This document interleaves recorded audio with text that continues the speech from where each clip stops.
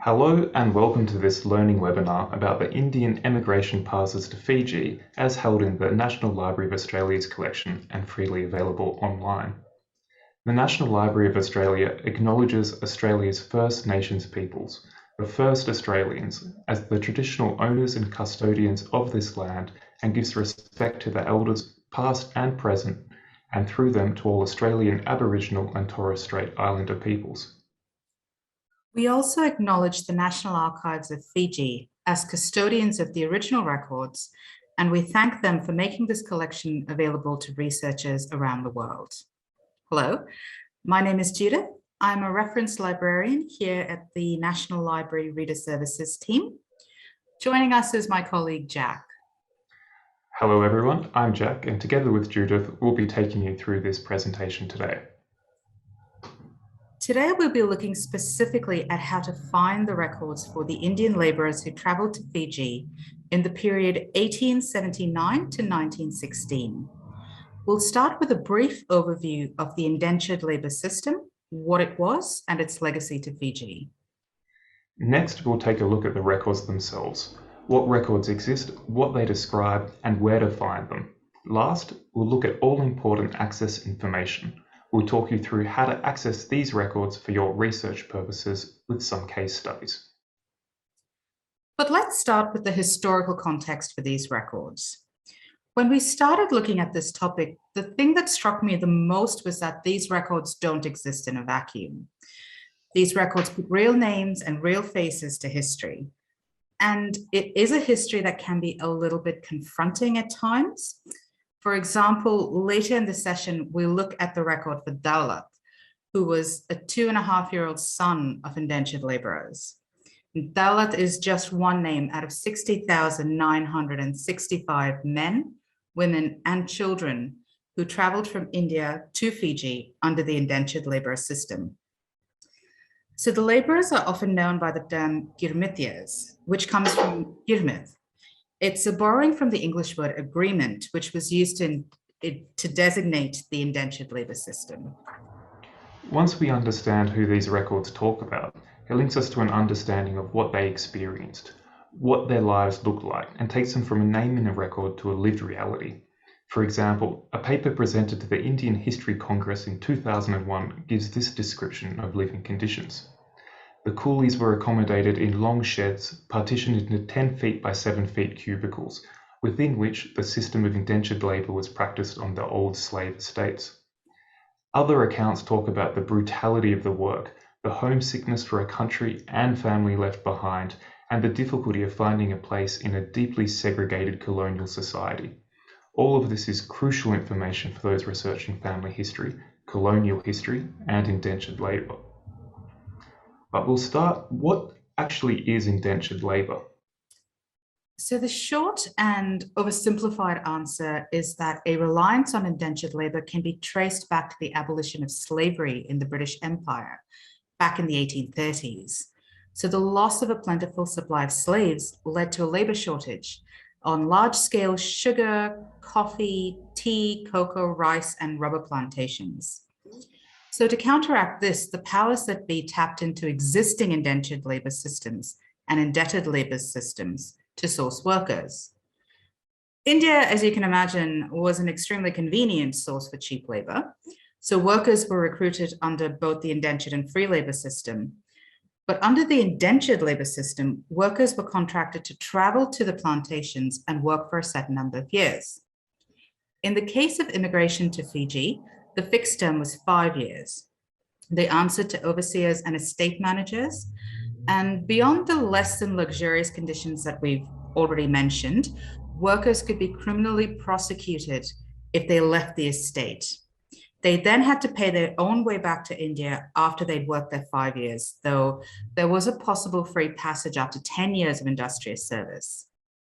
There was meant to be a quota of women brought to the plantation, but numbers were usually far below target. And we now know that women were particularly oppressed under the system and faced incredible hardship. But despite those conditions, many Girmithias stayed in Fiji, where they developed a unique culture, society, and they played a vital role in Fijian history. The past was never forgotten, however, And you'll find many Girmithias and families continue to maintain or reconnect with their Indian roots. So why were these records particularly important, Jack? So these records are widely acknowledged to be so important because they're one of the only sources that really documents indentured labour in Fiji. In fact, in 2011, the combined records of Indian indentured labourers of Fiji, Guyana, Suriname, Trinidad and Tobago were placed on the UNESCO Memory of the World Register. The original documents themselves are held in the National Archives of Fiji. These were created and maintained by the British administration during the colonial period. They document many elements surrounding the indentured labour system. Later, the records were microfilmed and given to a small number of libraries and archives around the world to enable people to consult the collection.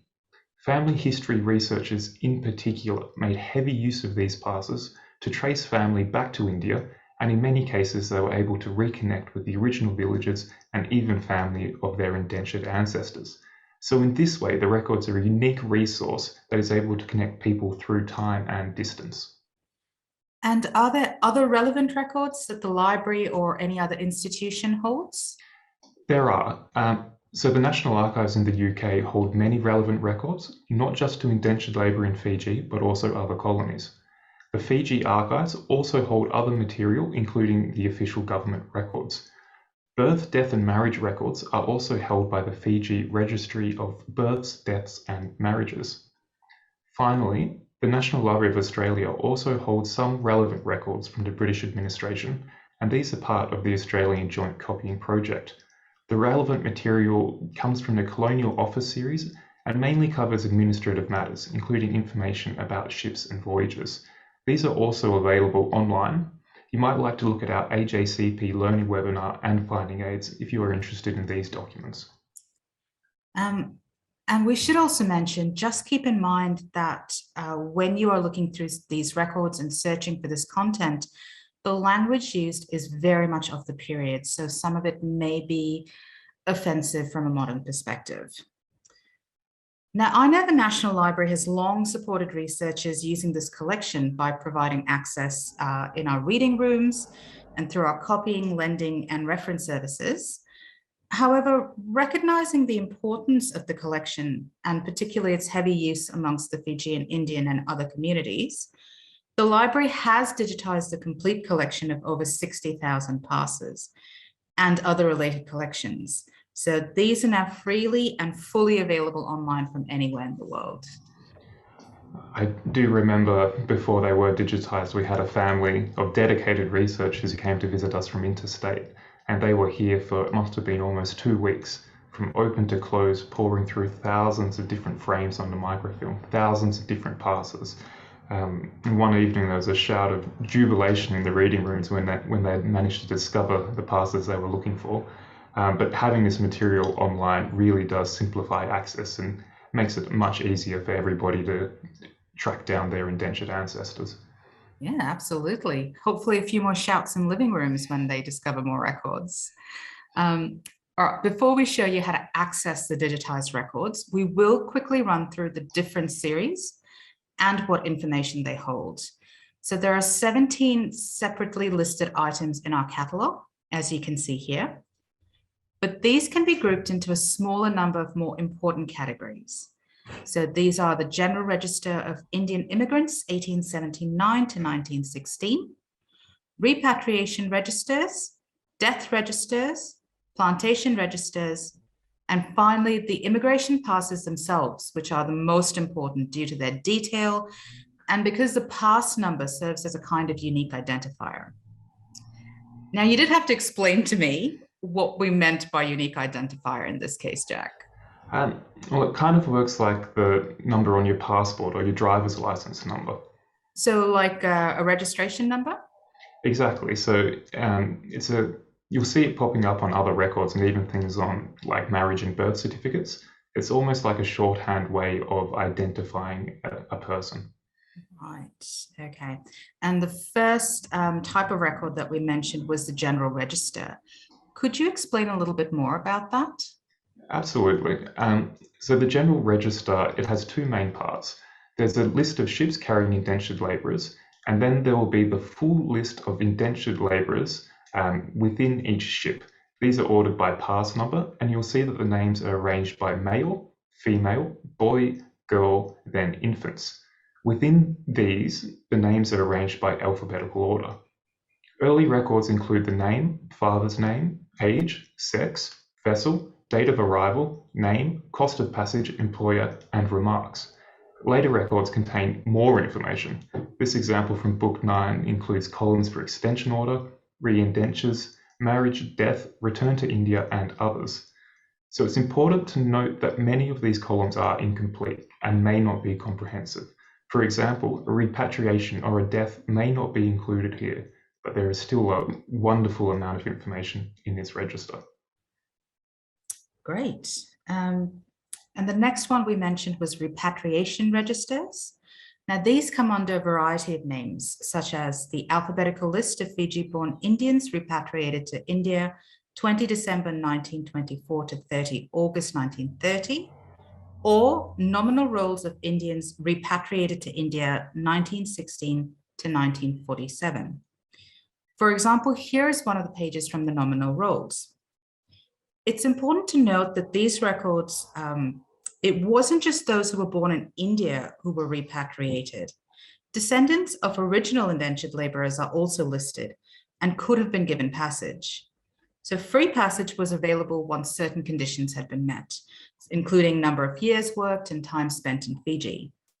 Travelers mostly returned on the same ships that were bringing laborers out to Fiji.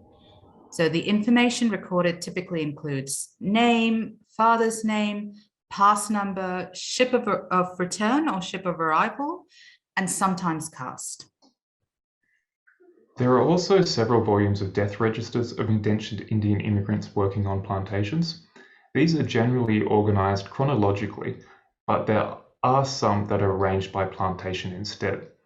Details are generally fewer than those found in other series, but typically you can find pass number, the ship name, the date of indenture, plantation employer, date of death, and the cause of death as well. And finally, we have the plantation registers. Now, these are another digitized collection that can provide essential detail about an indentured ancestor. Not all the registers have survived, unfortunately, and some are very incomplete. But each plantation should have an entry with a list of indentured laborers working on the property. Details supplied are normally the pass number, name, ship of arrival, sex, age, date of indenture, term, pass number of relations, and sometimes details related to repatriation or death. These can be really useful to trace who your ancestors were working with and other personal connections. So it sounds like all of these different records do have slightly different information on them. So that it looks like there's some overlap, but unique things in every one.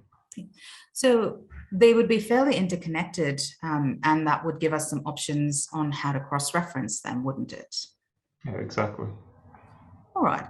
In that case, let's move on to the immigration passes themselves. These are generally the most sought after document for those researching your family history. As we mentioned earlier, the pass number is an important detail that was used in other areas. The passes contain the most genealogical information from all the records and were also more systematically recorded. If possible, this is the record you should try to locate. There are separate passes for men, women, boys, girls, infant boys, and infant girls. These are split into different sections for each ship. The men are recorded first, then the women, then the children, then the infants. And as with the general register, it is by alphabetical order within these groups. Judith, do we have any more information about how these passes were filled out? Did it happen in India, in Fiji? Well, actually a little bit of both. So these passes were filled out before embarkation at one of the immigration depots in India. The depot surgeon was responsible for correctly filling out the details. The passes were then given to the master of transport to compare with the ship's lists. And this is where they were given a ship's number. Once the vessel had arrived in Fiji, the passes were returned to the laborers and assigned a pass number from the general register that we mentioned before. That sounds like a lot of record keeping. Are there mistakes in the passes? Yes. So one crucial point here is that the depot surgeon was responsible for transcribing personal and place names. So spelling mistakes and errors are common, particularly when you have a language or cultural disconnect. There is a lack of consistency even within passes on the same ship. So the information recorded remained almost identical over the years. This is an example from the first arrival of indentured labourers on board the Leonidas in 1879. The pass number is right at the top, number 1 in this case. Listed below are many other fields. For example, we have the ship's name, the ship's number, the location of the depot, the date, the depot number, the caste, father's name, age, the zilla, which is a kind of county subdivision, the peguna, which was a smaller division of a zilla, the village, occupation, name of next of kin, if married, to whom, marks, and a range of signatures. And here is an example of a pass from the Sutlej in 1916. So this was the last group of indentured laborers to emigrate. Note the fingerprints that appear on the right-hand side of passes from the later voyages. Some of the terminology has also changed slightly, but the recorded information is very similar. So, Jack, it seems like the pass number is the most important in terms of following the records, but are any of the other numbers useful on here? Absolutely. So some of the other numbers can also be used for tracing family members. Let's just have a look at the depot numbers in a little more detail. Let's have a look at this pass, 1332. See the section where it has the name of next of kin? It says mother of 786. As these were filled out in the depot, it is important to know that the 786 in this case refers to depot number 786 and not pass number 786.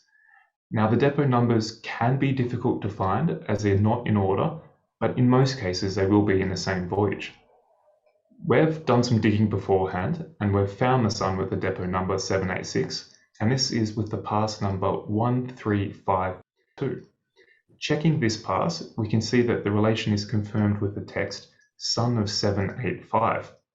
We can imagine the mother waiting with her son as the forms are filled out, one after the other, and this explains the close depot numbers. Sometimes you'll find a whole section of your family undertaking the same trip with these consecutive depot numbers. So as you can see, there are many types of records, but the most important for tracing family are the immigration passes.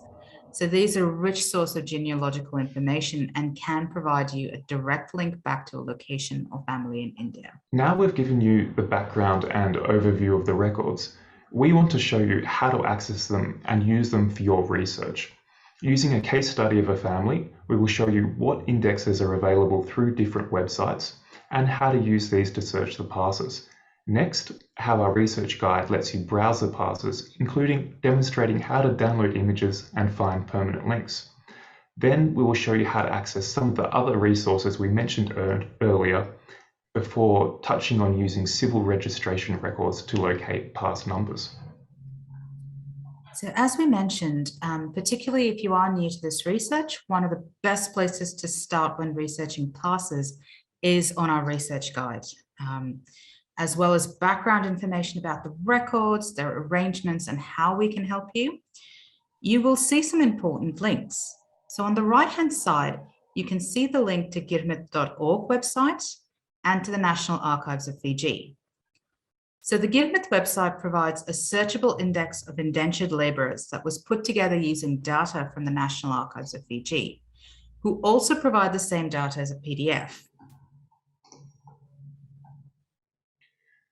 So if I click the link to open up the GiveMyth page, you will see that it is a work in progress and has not yet been finished.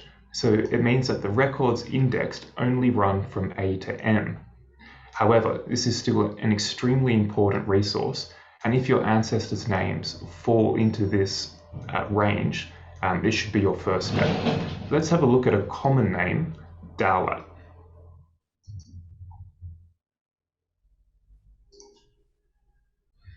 So I've gone into the D section, and you can see up the top here there is a search bar. Now I can start typing to see a full list of results, or if you have doubts about the spelling used, as Judith mentioned earlier, I can also scroll down until I find the relevant section. In this case, I will use the search bar, and we'll see that there are quite a few results for the same name.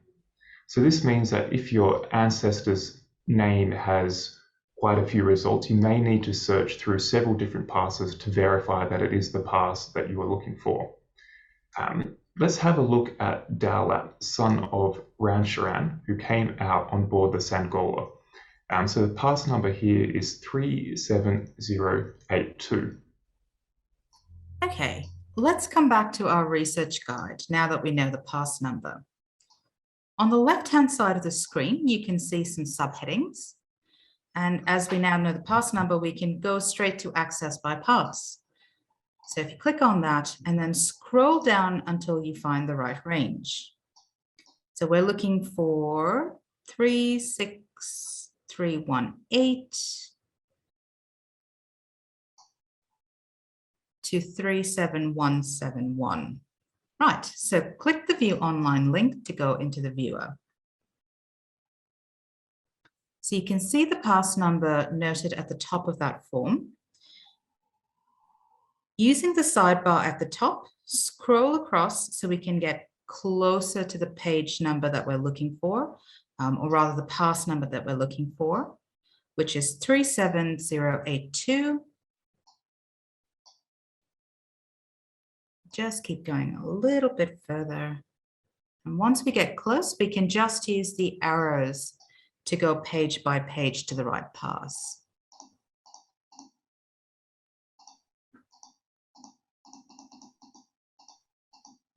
So we will get there, 37082.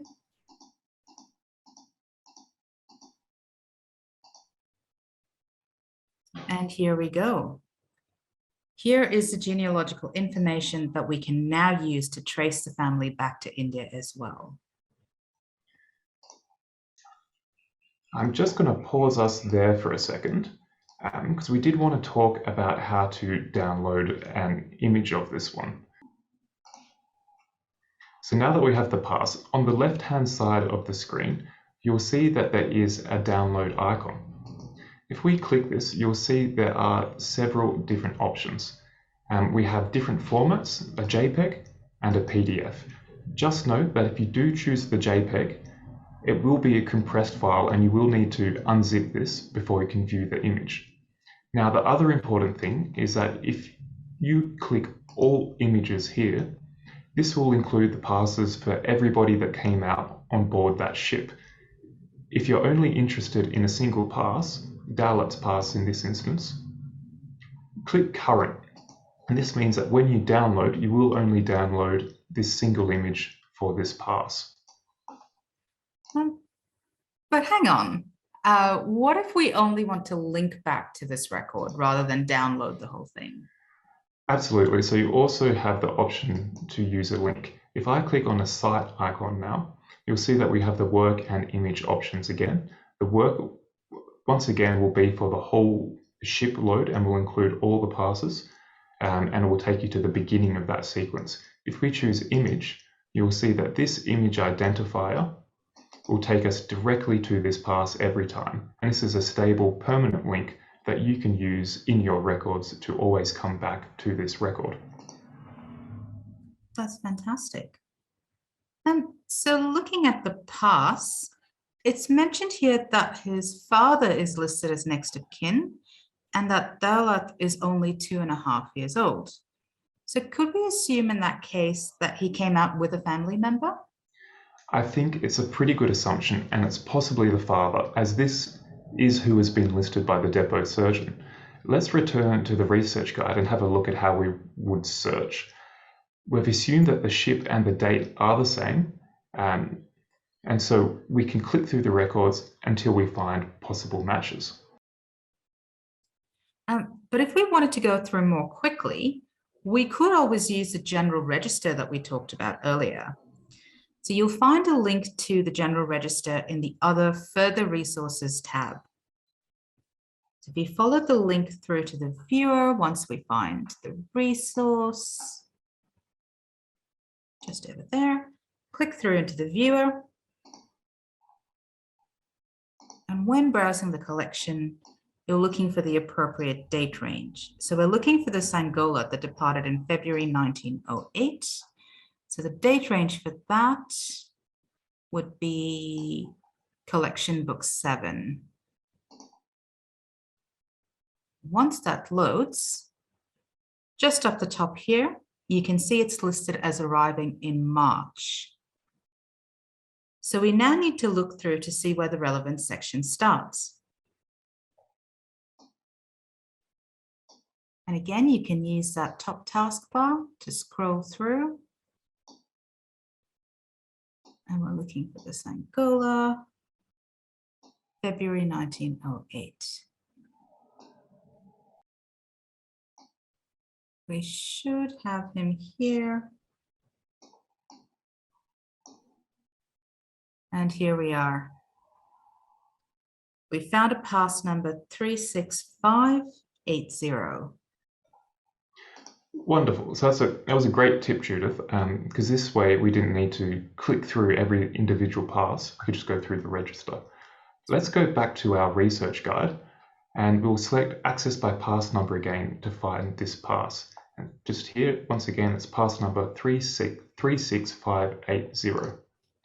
So we'll go back to the research guide, access by pass number. It's the same voyage that we were looking at before.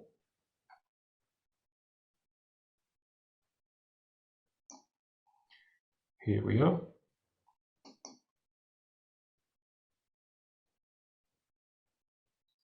So we need to click through until we find 36580.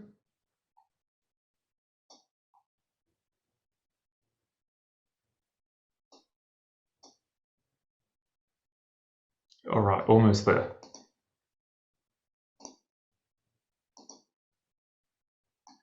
And here we are, we found it. Nice. Okay, so let's compare the details with Daulat's pass. It looks like we have a match. We've got the same caste, the same district, the same Thana, and the same village. What's really interesting here as well is that there's a wife listed with a depot number as well. So this is another great piece of information that can lead you to another search. We won't go through the whole process again. As you can see, it takes a little bit of clicking through, but we do recommend that it would be easier to go back to the general register at this point to find the pass number. We have done the research beforehand, and we found that it's pass number 37048. Alternatively, if you think the spelling might be inaccurate, you could also browse through the passes looking for a depot number. These are unfortunately not listed in the general register. Let's just note the ships did make many voyages, and so you may need to look through quite a number of ships if all you have is the ship name and no date. Let's go back to our research guide and have a look at the access by ship for a little bit more information. So I've got access by ship's name. Now imagine that we were looking for someone and we only know that they came aboard the Ganges. If we look at the relevant section here, you'll see that it made 7 trips. So this could involve quite a lengthy search if you had no other information. It is possible, but if there are other documents that might help, this is where you try and take a shortcut. We talked about the number appearing on some other documents earlier. Could these be helpful locating the passes? Oh, absolutely. So an approach that can provide breakthrough information in some cases uses the Fijian civil registration records. So these are marriages or birth certificates.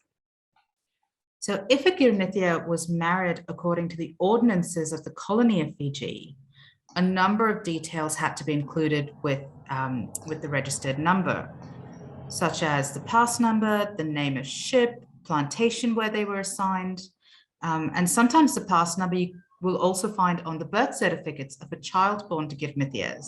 So as you mentioned before, the pass numbers was a shorthand way of identifying the parents.